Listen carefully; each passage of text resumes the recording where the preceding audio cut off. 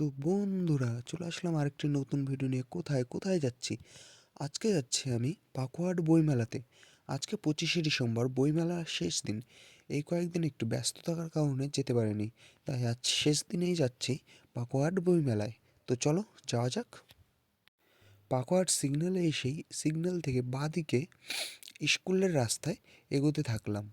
দেখতেই পাচ্ছ খুব সুন্দর লাগছিল রাতের এই অন্ধকারের ছোট্ট শহর পাকুয়াটকে।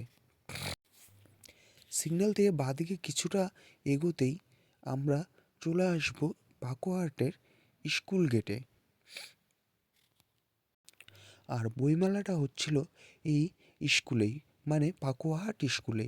দেখতে পাচ্ছ স্কুল গেটে আমরা চলে আসছি। স্কুল গেট থেকেই একটা মেলা মেলা ভাব যেন মনে হচ্ছিল। তারপর আমরা সাইডে বাইক রেখে মেলার ভেতরে যাওয়ার জন্য হাঁটতে থাকলাম। আর একটু হাঁটতেই সামনে চোখে পড়ল মেলার মেন গেট।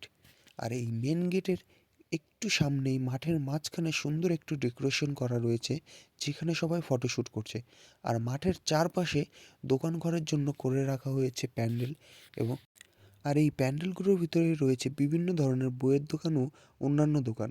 আর মঞ্চে এই সময় হচ্ছিল একটি সুন্দর গান, যেটা খুব সুন্দর লাগছিল শুনতে।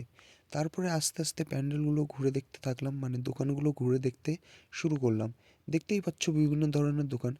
এরপরে চলে আসলাম আমরা খাবারের সাইডে, মানে এই পাশটায় শুধু খাবার পাওয়া যায়, যেটা মেলার বাঁ দিকে। আর দেখতেই পাচ্ছ ওই পাশে যেমনই ভিড় ছিল, এই পাশেও ঠিক তেমনই ভিড়। এই পাশে রয়েছে বিভিন্ন ধরনের খাবারের দোকান। আর এরই মধ্যে আমাদের পাকুয়াতে প্রথমবার এমন একটি জিনিস দেখতে পেলাম, যেটা শুধু এই মেলাতেই দেখতে পেলাম। সেটা হলো বার্গারের দোকান, যা আমাদের পাকুয়াতে প্রথম দেখতে পেলাম আমি। এরপর আমি মঞ্চের সামনে এসে একটু গান শুনে চলে আসলাম বাড়িতে।